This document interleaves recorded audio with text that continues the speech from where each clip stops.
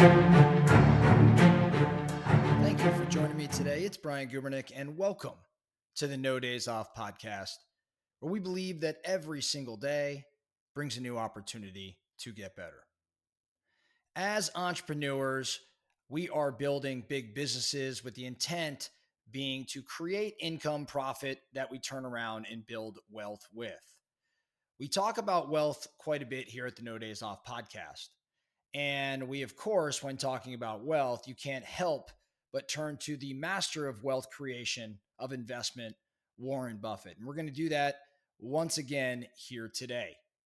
We talk about Warren and investing in stock and how amazing he's been over his 80 plus year career of investing.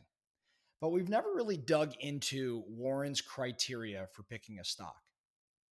Now, a couple disclosures first before we dive in. Number one, I very much believe in index fund investing. So while we're going to talk about how to approach an individual stock or an individual investment from a stock market perspective, I am very much a proponent of leveraging index funds specifically built around the S&P. I feel like you're better off there than trying to beat the market. All that being said, though, it's definitely worth evaluating how Warren looks at individual stocks because, hey, we all are going to probably likely get into an individual stock or two. So let's talk about what Warren has to say. So that's disclaimer number one. Disclaimer number two, I am not your investment guru here by any stretch of the imagination. I am just someone who's passionate about this subject and want to share with you all that I've learned and all that I've been able to put into play. But do with this information as you wish. So let's talk about Warren and how he goes about picking stocks. There's really 6 primary criteria that must be met before Warren Buffett would consider investing in a business via an acquisition or just stock purchase. Number one, Warren has to understand the business. Warren only invests in what he understands. If it's beyond his circle of competence, he doesn't invest. So when you look at, he's somewhat known for being slow or what's perceived as slow in investment with respect to technology. But that was by design because it wasn't something he necessarily knew, nor was it something he had a desire to learn.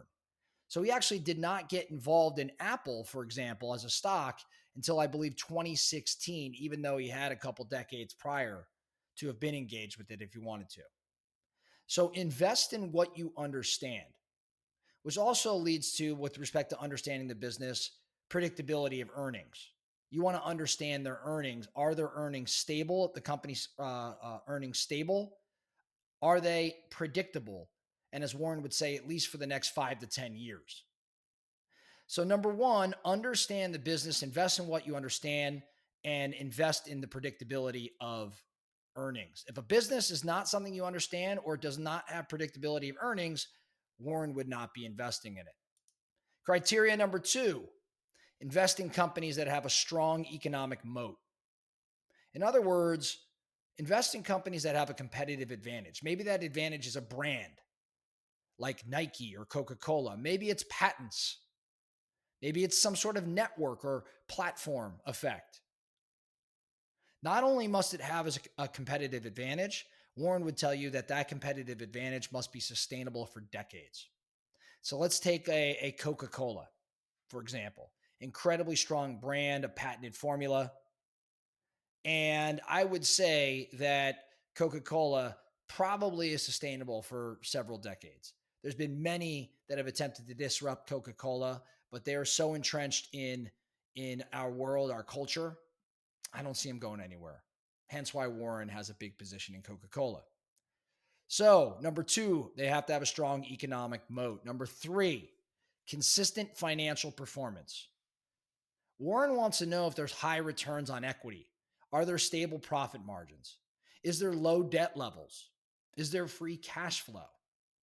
There must be consistent financial performance. So, Warren is not in Tesla. He's not invested in Tesla. Now, there's multiple reasons why that probably is, but one of the big reasons is the inconsistency in financial performance as well as their debt levels. Tesla carries a significant amount of debt. And so the unpredictability of the finances plus the debt probably ruled Tesla out, at least for the moment, for Warren.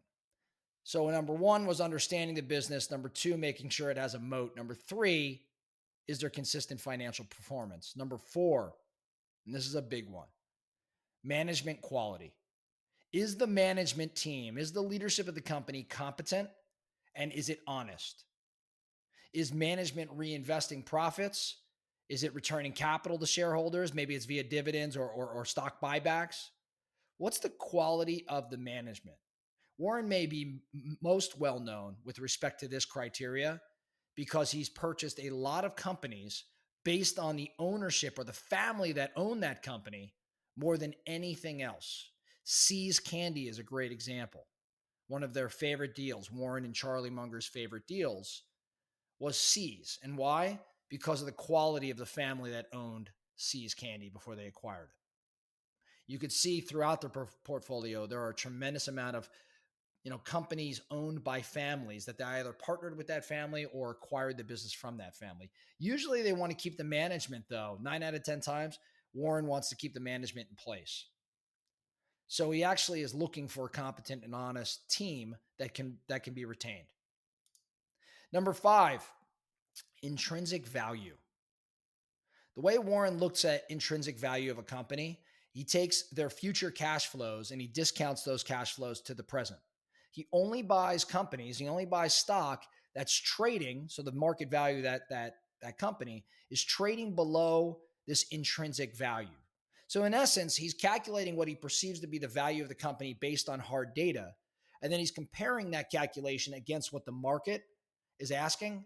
And if the market is asking far less than the intrinsic value of that company, and there's this margin of safety, this discount, Warren likes that quite a bit.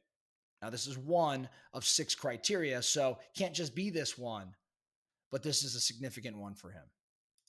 Lastly, no surprise here, he has a long-term investment horizon. So the question then is, or the criteria is, can this company be held for decades and withstand attacks and market fluctuations? So can it be held for decades? Can it ride the market, its ups and downs? Can it serve his long-term investment horizon?